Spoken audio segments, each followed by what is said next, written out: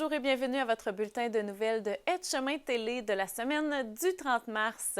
Aujourd'hui à l'émission, on vous présente un reportage de Véronique Dubé qui est allée à la conférence de presse qui annonçait que la population de Sainte-Justine allait disposer maintenant d'un nouvel aréna. Un projet de longue haleine, on vous présente ce reportage à l'instant. 9 février 2026, je vous amène avec moi à l'inauguration du centre sportif Rotobec de Sainte-Justine. Voici le reportage. Nous sommes à Sainte-Justine pour souligner un moment important dans la vie de la municipalité, l'inauguration officielle du centre sportif Rotobec.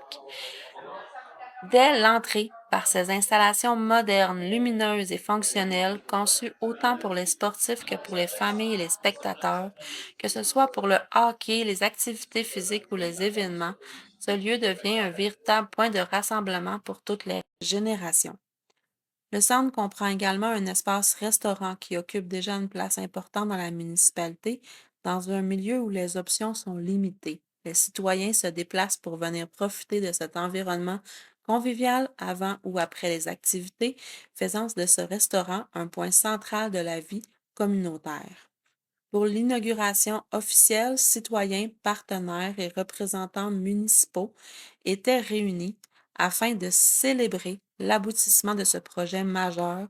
Parmi les invités, on retrouvait également les représentants des gouvernements provincial et fédéral venus souligner l'importance de cette réalisation pour la communauté. La cérémonie s'est déroulée dans une ambiance festive et empreinte de fierté. Un moment a été ouvert pour la coupe du ruban par le propriétaire de Rotobec. Avec ses infrastructures, la municipalité investit dans la santé, la jeunesse et la vitalité de sa communauté, un projet porteur pour l'avenir qui profitera à toute la population.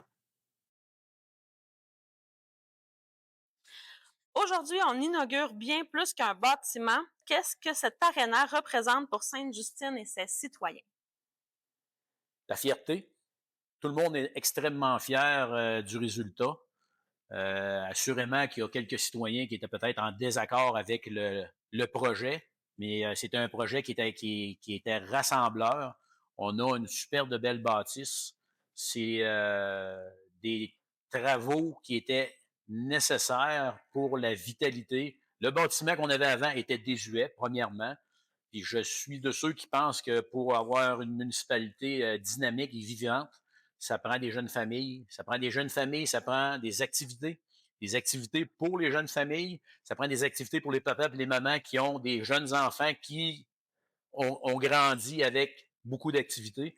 On a à Sainte-Justine une gestion extrêmement dynamique de la municipalité, mais des loisirs aussi en particulier.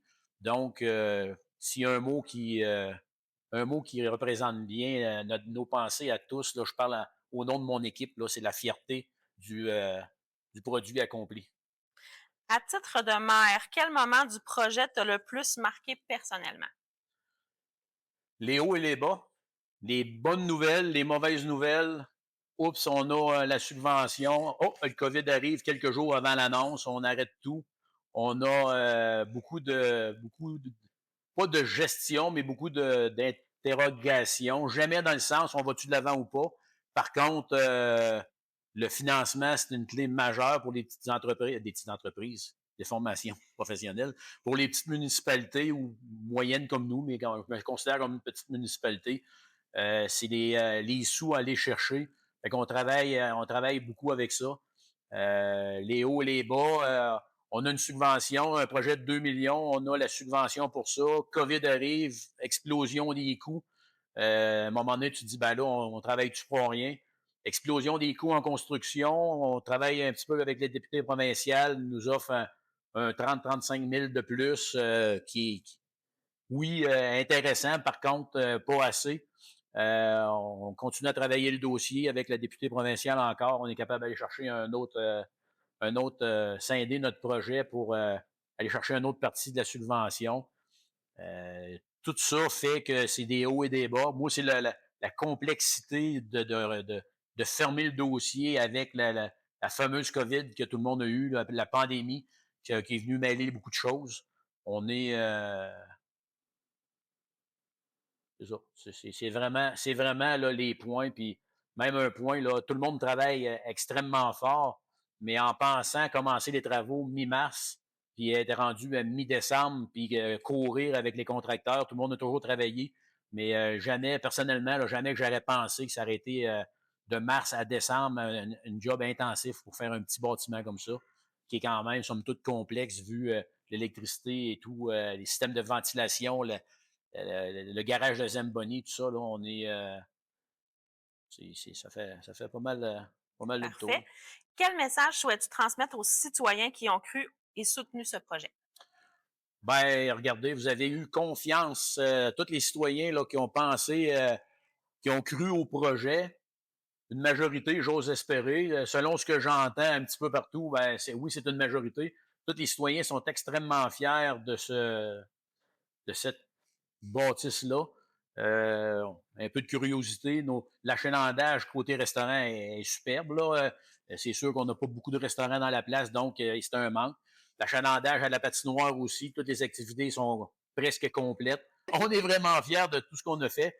Il faut penser que c'est des projets qui sont d'une longue haleine, puis tous les employés municipaux, col blanc, col bleu, c'est des projets qui sont en surplus du normal de la municipalité. Donc, les citoyens ont bien participé. On a des citoyens qui sont venus faire du bénévolat lors de la démolition, qu'on a vidé la vieille bâtisse. Quand la bâtisse a été livrée, on a des citoyens qui sont venus laver les planchers pour aider. Tout le monde voulait bien participer. Fait qu'on est... tout le monde semble content et heureux. Puis on va travailler au cours des prochaines années avec les argents qu'on a. Il faut bien s'entendre. Là, on a des projets pour finaliser notre terrain puis le service des loisirs ici entourant le stade.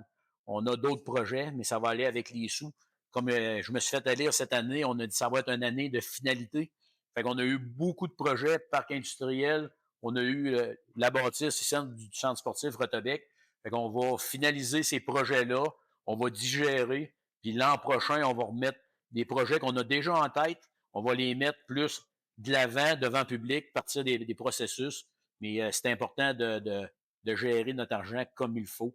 On va aller de l'avant avec ça dans le futur. On a encore plein de bonnes idées pour l'avancement de notre village. Avec toute l'implication que ça a demandé dans le processus de ce projet, explique-nous ton implication dans le projet. Ben moi, dans le fond, je suis présidente des loisirs depuis une dizaine d'années, mais je siège sur le comité des loisirs depuis 15 ans. Et moi, mon implication, ça a été vraiment, en ayant la présidence, c'est que je chapeaute un peu tous les dossiers des loisirs. Dans le dossier du stade, écoute, ça fait au-dessus de 10 ans qu'on est dans ce dossier-là. Mon implication a été de regarder d'année en année avec le directeur des loisirs sur place, de regarder à où qu'on était rendu, qu'est-ce qu'on avait à faire, de voir au bon fonctionnement avec le directeur ou la directrice en place, parce qu'on a eu quelques-uns qui ont travaillé sur notre dossier. Ensuite de ça a été de garder le moral des troupes à jour et bienveillant dans ce dossier-là. Dis-moi, qu'est-ce qui t'a le plus challengé dans tout le processus, là, parce que c'est quand même un processus qui a été sur plusieurs années. Qu'est-ce qui t'a le plus challengé? Ce qui m'a le plus challengé, je pense que c'est vraiment toutes les étapes où on entamait le projet, on avait une embûche, on rentamait le projet, on avait une autre embûche. Ça a été vraiment challengeant beaucoup pour nous parce que a souvent fallu qu'on se remette en mode trouver une solution. Puis je pense que la grosse force de Sainte-Justine, là, je vais parler un petit peu de mon comité des loisirs, de la municipalité, parce qu'on travaille toujours ensemble, c'est vraiment ça, d'être capable de se retrousser, de trouver des solutions de dernière minute. On a parlé de l'affaissement de la bâtisse. Quand on a eu cette nouvelle-là, on était vraiment démolis en tant que comité. Mais tout de suite, on s'est mis en mode action. Ça, c'est notre grande force, je crois, notre comité. On a trouvé une solution. On s'est fait une patinoire extérieure pour que la population ait leur activité parce que, à la base, notre mission des loisirs, c'est d'avoir des belles activités pour nos enfants dans le village, pour les adultes, pour les personnes âgées. Donc, je pense que ce qui a été le plus challengeant, ça a toujours été de se mettre en mode solution dans les dernières années. Puis là, on est content parce qu'on espère qu'on aura pu vivre ça pendant un petit bout. Quel a été le plus grand défi organisationnel dans la réalisation de cette aréna en coordination avec la directrice des loisirs? Ben, c'est sûr que c'est un projet qui est unique. Donc, c'est le plus grand projet de l'histoire de Sainte-Justine. Donc, c'était de mettre ça tout en place ensemble avec les différents intervenants aussi, les entrepreneurs, l'architecte. Euh, eux autres, ils avaient plein de besoins. Moi, je suis arrivé en cours de route aussi. Donc, c'est de mettre ça tout en place. Puis, on a aussi fait des rencontres. On a parlé tout le monde ensemble avec l'architecte, les entrepreneurs. Puis, ça a fait le beau projet qu'on a aujourd'hui. Mais c'est de se parler, c'est de communiquer ensemble. Puis, les autres, il y avait des besoins. On en avait aussi. Respecter le cadre budgétaire également. Puis, on est parvenu à tout ça.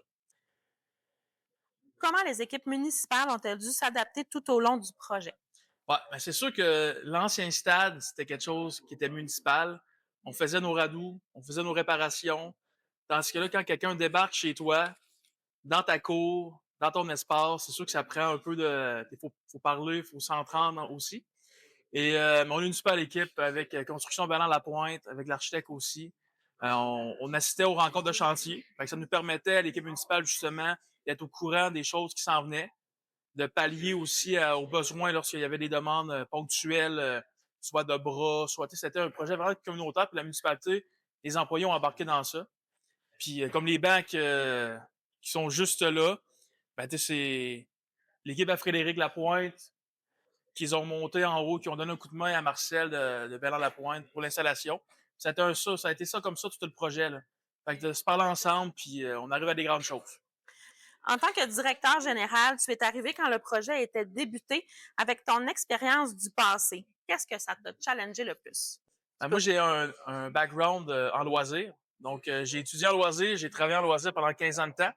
Des projets de loisirs, j'en ai fait aussi, que ce soit mon premier emploi à Lac-Beauport, aussi à Bois-Châtel, on a fait un complexe sportif. Donc, j'avais un petit peu d'expérience. Quand je suis arrivé ici, puis on me disait, on a refait le stade, c'est mon premier emploi ici. Fait que sûr que c'était motivant, c'est le fun. Mais l'expérience, c'est que j'en avais vu d'autres aussi. C'est sûr que c'est différent, un projet de construction comme ça, dans le détail, d'arriver en plein cœur du projet. Et les plans de construction étaient déjà faits. Fait que s'il y avait des ajouts qu'on aurait pu faire, qu'on aurait voulu faire, c'était pas possible. C'était pas de réparer les pots cassés des fois, là, mais par moments, des fois, on avait des questions comme par exemple, anecdote. Encore une fois, la vitre qui est ici, des gradins, le mur était plus haut que ça, d'une dizaine de pouces. Ça faisait que les gens qui étaient installés en bas voyaient pas le coin des bandes. Fait que ça, c'est avec notre expertise qu'on s'est assis, qu'on a vu, ben, on va falloir couper le mur, puis il va falloir. Fait qu'après, il y a plein de répercussions qui viennent à ça. Et on a quand même géré les coûts, géré la gang aussi, puis finalement, tout le monde est content, puis on voit les coins de la patinoire. Là. Fait que c'est de s'adapter au fur et à mesure que ça avançait le projet. C'était ça qui était le plus pas le plus compliqué, mais le plus challengeant. T'es pas tout seul à décider aussi. Il y a l'architecte, les entrepreneurs, il y a l'équipe, il y a tout le monde. C'est de mettre tout ça ensemble pour que ça fonctionne. Puis on est très fiers du résultat en bout de ligne. Merci. Parfait. Moi, j'ai un background en loisirs. Donc, j'ai étudié en loisirs, j'ai travaillé en loisirs pendant 15 ans de temps. Puis des projets de loisirs, j'en ai fait aussi, que ce soit mon premier emploi à Lac-Beauport, aussi à Bois-Châtel, on a fait un complexe sportif. Donc, j'avais un petit peu d'expérience. Quand je suis arrivé ici, puis on me disait, on a refait le stade, c'est mon premier emploi ici. Fait que sûr que c'était motivant, c'est le fun. Mais l'expérience, c'est que j'en avais vu d'autres aussi. C'est sûr que c'est différent, un projet de construction comme ça, dans le détail, d'arriver en plein cœur du projet. Et les plans de construction étaient déjà faits. Fait que s'il y avait des ajouts qu'on aurait pu faire, qu'on aurait voulu faire, c'était pas possible. C'était pas de réparer les pots cassés des fois, là, mais par moments, des fois, on avait des questions comme par exemple, anecdote. Encore une fois, la vitre qui est ici, des gradins, le mur était plus haut que ça, d'une dizaine de pouces. Ça faisait que les gens qui étaient installés en bas voyaient pas le coin des bandes. Fait que ça, c'est avec notre expertise qu'on s'est assis, qu'on a vu, ben, on va falloir couper le mur, puis il falloir. Fait qu'après, il y a plein de répercussions qui viennent à ça. Et on a quand même géré les coûts, géré la gang aussi, puis finalement, tout le monde est content, puis on voit les coins de la patinoire. Là. Fait que c'est de s'adapter au fur et à mesure que ça avançait le projet. C'était ça qui était le plus pas le plus compliqué, mais le plus challengeant. T'es pas tout seul à décider aussi. Il y a l'architecte, les entrepreneurs, il y a l'équipe, il y a tout le monde. C'est de mettre tout ça ensemble pour que ça fonctionne. Puis on est très fiers du résultat en bout de ligne. Peux-tu nous parler de l'implication des employés et de l'énergie qu'ils ont mis dans ce projet jour après jour? Oui, c'est une bonne question. En fait, on voit, on remercie, puis on voit toujours le côté, c'est correct, côté politique, de toute l'implication politique et tout ça en arrière. Mais aujourd'hui, ce qu'on a vu aussi que je trouvais beau, c'était de mettre en lumière le travail des employés, le travail acharné. Puis c'est un projet, on va se le dire, là, une bâtisse qui a été construite en moins d'1 an, là, démolie. Ça fait 10 mois qu'on a démoli. On est ouvert, on est opérationnel. Il manque des détails comme toujours, mais ça, il en manque toujours. Puis on a poussé parce qu'on voulait, je voulais, les loisirs voulaient. On voulait que tout fonctionne pour les fêtes. Hein.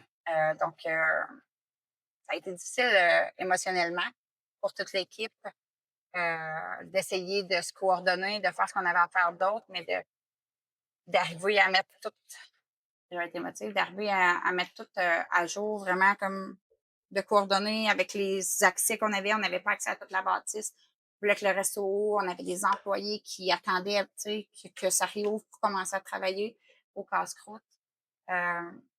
On a un employé qui arrivait. On était dans le feu de l'action en novembre. C'était notre nouvel employé. Il commençait là. Il a fallu qu'il nous suive là-dedans, qu'il nous suive dans la folie de tout ça. Puis c'était ce travail, j'ai envie de dire jour et nuit presque, là, 7 jours sur 7, parce qu'on y croyait tous et on voulait que ça fonctionne. C'est ça, c'est un travail vraiment d'équipe. Une chance qu'on est une équipe serrée. Il y a des fois que ça l'accrochait. Il y a des fois qu'on prenait un petit peu de recul, on se reparlait, puis on se faisait un câlin, puis on continuait. Fait que ça a été vraiment un travail incroyable là, au niveau de l'équipe. On est une petite équipe.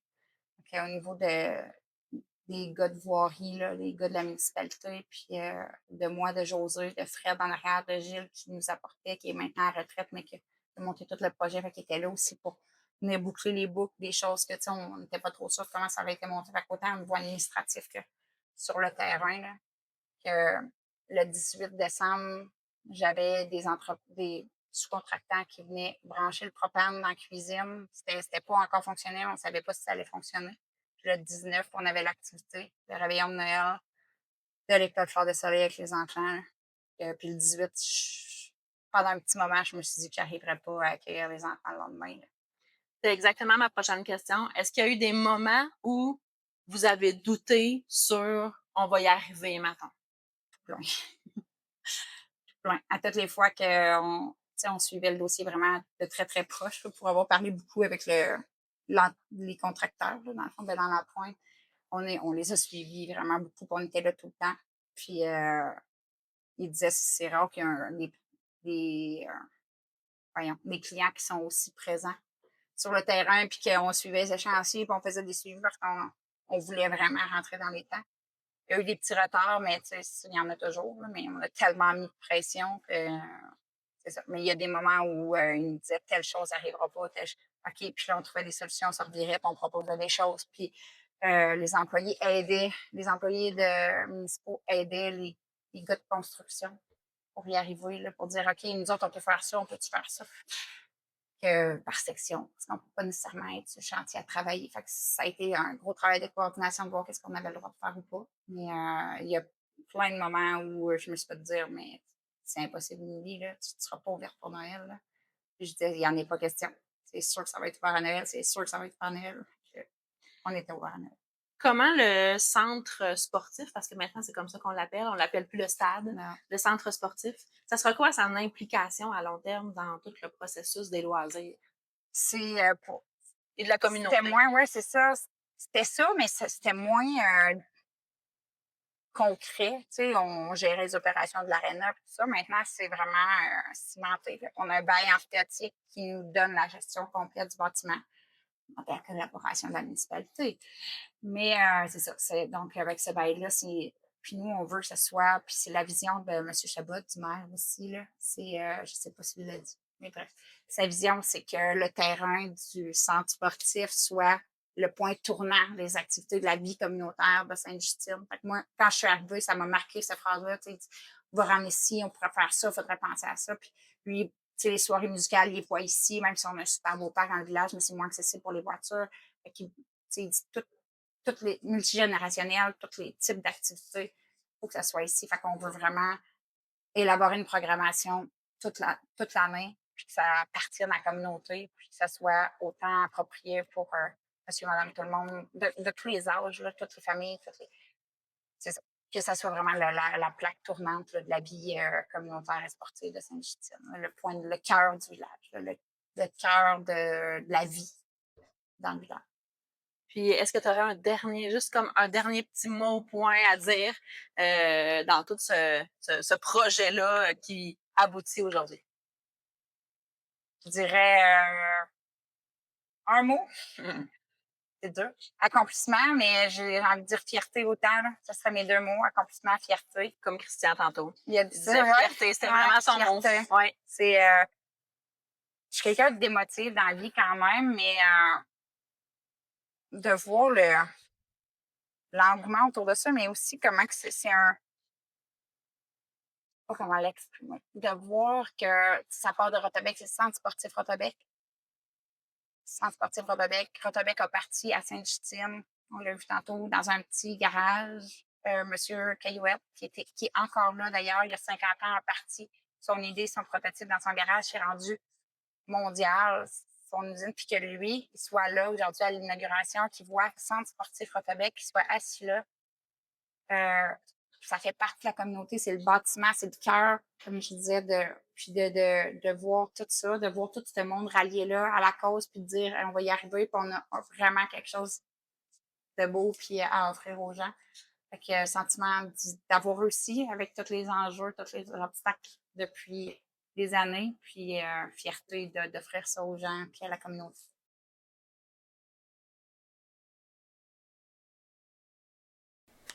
En effet, très intéressant. Et bonjour Stéphane. Bien, bonjour Marie-André, je veux prendre la balle au bon pour remercier la municipalité de Sainte-Justine qui, lors de tournage de Chemin Télé, nous a été très ouvert à nous passer leurs locaux. Entre autres, on a tourné dans la salle du conseil municipal.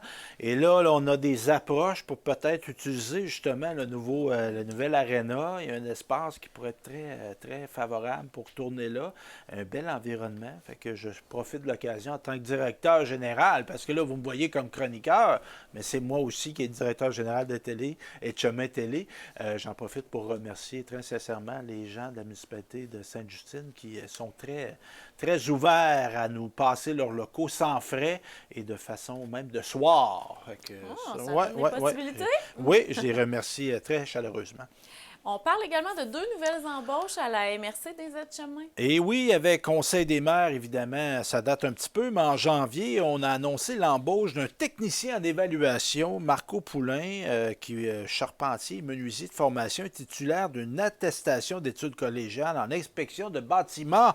Donc, M. Poulain a plusieurs expériences de travail diversifiées qui feront de lui un élément complémentaire à l'équipe déjà en place, dit-on, à la MRC des aides-chemins.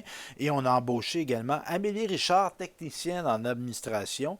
Elle a acquis une solide expérience municipale en étant technicienne à l'informatique et à l'administration depuis plusieurs années à la municipalité de Lac-Etchemin.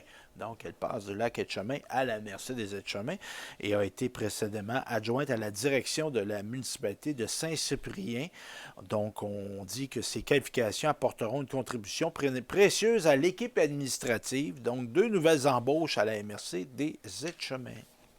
On présente en fait un appel à projet aussi. Oui, donc, appel à projet pour soutenir les projets agricoles en circuit court. Donc, on fait un appel aux organismes, aux entreprises et aux coopératives du milieu agricole afin de recevoir une ou des propositions de projets qui favoriseront, je vais la voir, la commercialisation et la distribution des produits du secteur agricole en circuit court, soit par la vente directe du producteur au consommateur. C'est ça, un circuit court. Donc, on parle d'une enveloppe qui totalise 3 000 $ pour l'année 2026, qui a été réservée pour l'appel de projet. Les projets admissibles doivent toucher l'un des aspects suivants: les marchés publics, la vente de paniers, la vente à la ferme, l'autocueillette, la vente en tournée et ou la vente individuelle par Internet dans les aides-chemins. Les personnes intéressées doivent soumettre un formulaire d'ici la mi-avril. Donc, c'est une initiative qui découle d'un objectif identifié au plan d'action 2025-2030 du plan de développement de la zone agricole et agroforestière forestière adoptée par la MRC en octobre 2025. On avait parlé, je pense, lors d'un bulletin précédent. C'est ce qui est ciblé d'appuyer le développement de transformation, la mise en marché des produits agricoles et forestiers. Donc, le 15 avril, et si on va avoir des informations supplémentaires, on peut conseiller. Appelez la conseillère en aménagement du territoire et environnement de la MRC, Émilie Bédard, au 418-625-9000, poste 2226. Donc, un bel appel de projet pour les gens qui voudraient faire de la promotion du secteur agricole en circuit court. On ne conseillera pas la conseillère, elle va vous conseiller. Oui, on va se garder on va se garder nos spécialités à nous autres, on va laisser seul à la MRC.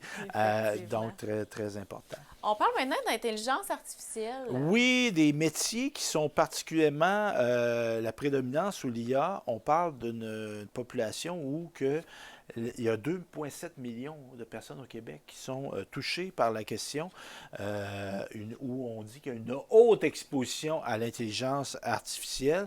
Et on a sorti une étude de l'Institut de la statistique du Québec. Et c'est les emplois où les femmes se retrouvent le plus qui vont être exposés à l'intelligence artificielle. Donc, il peut y avoir beaucoup de conséquences. On peut penser à des pertes d'emploi même, ça peut aller jusque-là, ou des emplois qui vont être très, très transformés. Donc, les femmes sont plus exposées que les hommes. On parle de 71 % chez les femmes, 49 % chez les hommes. Aussi, une autre statistique qui ressort de l'Institut de la statistique, de leur étude, les gens ayant une formation universitaire sont plus susceptibles que les autres d'être exposés. Donc, on parle que l'IA parvient de plus en plus à effectuer des tâches cognitives et non routinières. On doit s'attendre que ceux qui sont plus qualifiés soient impactés. Ou ici, un autre facteur, puis une conséquence, souvent les emplois de télétravail. On peut penser plus de scolarité reliée au télétravail. Bien, le télétravail, l'exposition à l'intelligence artificielle devra être de plus en plus donc exposée. Et on peut connaître l'étude. Je vous invite à aller la consulter sur le site de l'Institut de la statistique du Québec, qui a un mandat qui est de produire, réaliser et diffuser des informations de statistiques officielles, objectives. Hein? Parce que là, mon beau-frère m'a dit ça. Bien du respect pour votre beau-frère, mais ce n'est pas l'Institut de la statistique du Québec. Très intéressant. Ça fait réfléchir. Oui. Et Oui. nous étions vrais à l'écran. Nous Oui, ne oui. sommes pas issus de l'intelligence. Parce que me ferait faire plus beau que ça.